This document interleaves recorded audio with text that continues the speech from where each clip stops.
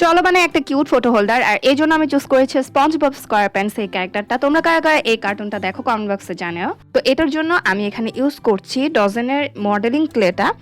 তো ফার্স্টে অনেকগুলো ক্লে নিয়ে আমি একটা স্কোয়ার শেপ বানিয়ে নিয়েছি। এরপরে এই স্কোয়ার শেপটার একদম উপরে পোর্শনে ফটোটাকে হোল্ড করার জন্য একটা খাদ ক্রিয়েট করতে হবে, আর সেটা করেছি আমি একটা কার্ড দিয়ে। তারপর এখানে আস্তে আস্তে ডিটেলিংগুলো অ্যাড করে নিব। এখানে একটা পেন্সিলের সাহায্যে স্পঞ্জের ডিটেলিংগুলো করে নিব, আর এলিমেন্টগুলো আলাদা করে অ্যাড করার কারণে একটা 3D ভাইব ক্রিয়েট হবে। এরপর এটা শুকিয়ে গেলেই the most interesting part, colour করা।